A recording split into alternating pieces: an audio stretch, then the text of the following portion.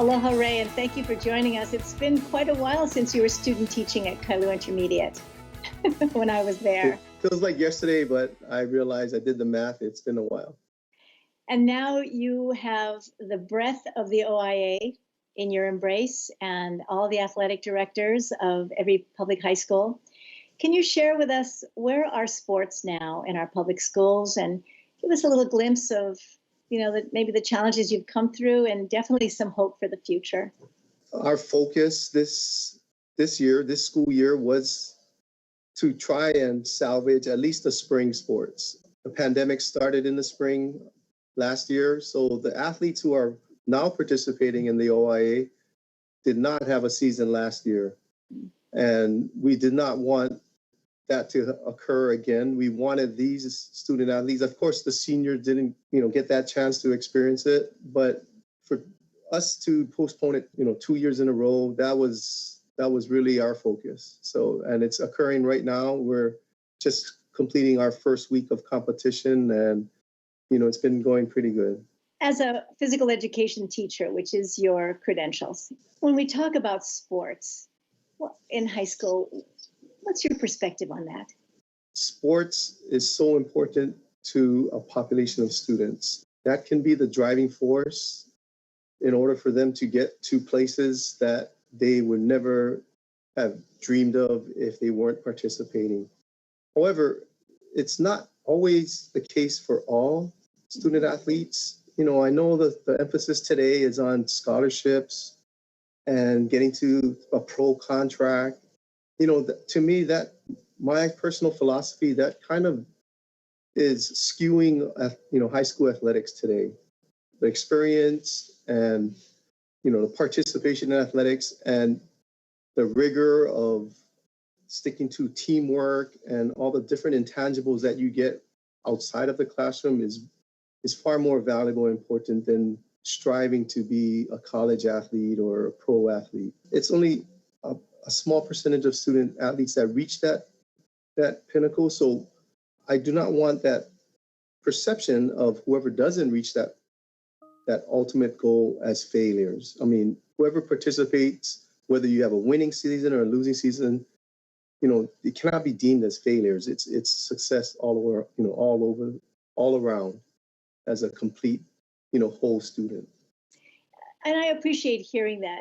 There's so much pressure on our young people to perform, to compete, to succeed. And it's about the future that sometimes I think we forget that they're kids and that the present is really what will launch them to the future and not the fear of what's not going to happen. So when we talk about sports coming back, you said the spring sports, what can we anticipate that might be different in the future? Because of the quick turnaround, we finally got, everything aligned to participate in workouts. The schools were starting to get face-to-face instruction back on campuses, because without that, I don't think we would ever get to this, this level where we're at now, that students needed to come back in person for us to start. Our stress was get them back working out and into some kind of game or competition. But if you notice the OIA, we did not stress any wins and losses, standings, championships were out. Everything was just purely about participation, but with the same stringent, rigorous, our coaches do a great job following these rules and intangibles to allow that student athlete to get whatever value of being a student athlete is still, I think, being taught. It's not being lost. If you look at our competition, even if it's a tie, you still see the same kind of effort, the same kind of attitude from our student athletes. And that can be attributed to the coaches doing a great job with that.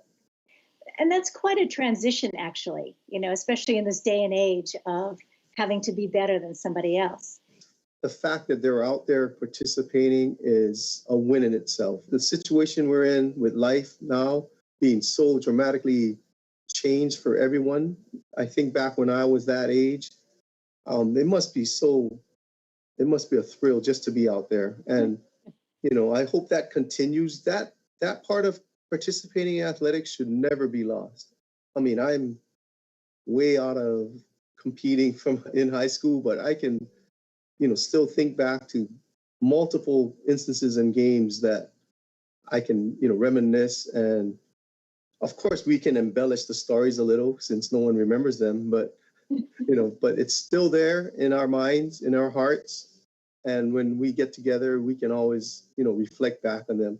As we wrap up our conversation for today, your thoughts to share with the audience relative to sports and encouraging our young people to get out there.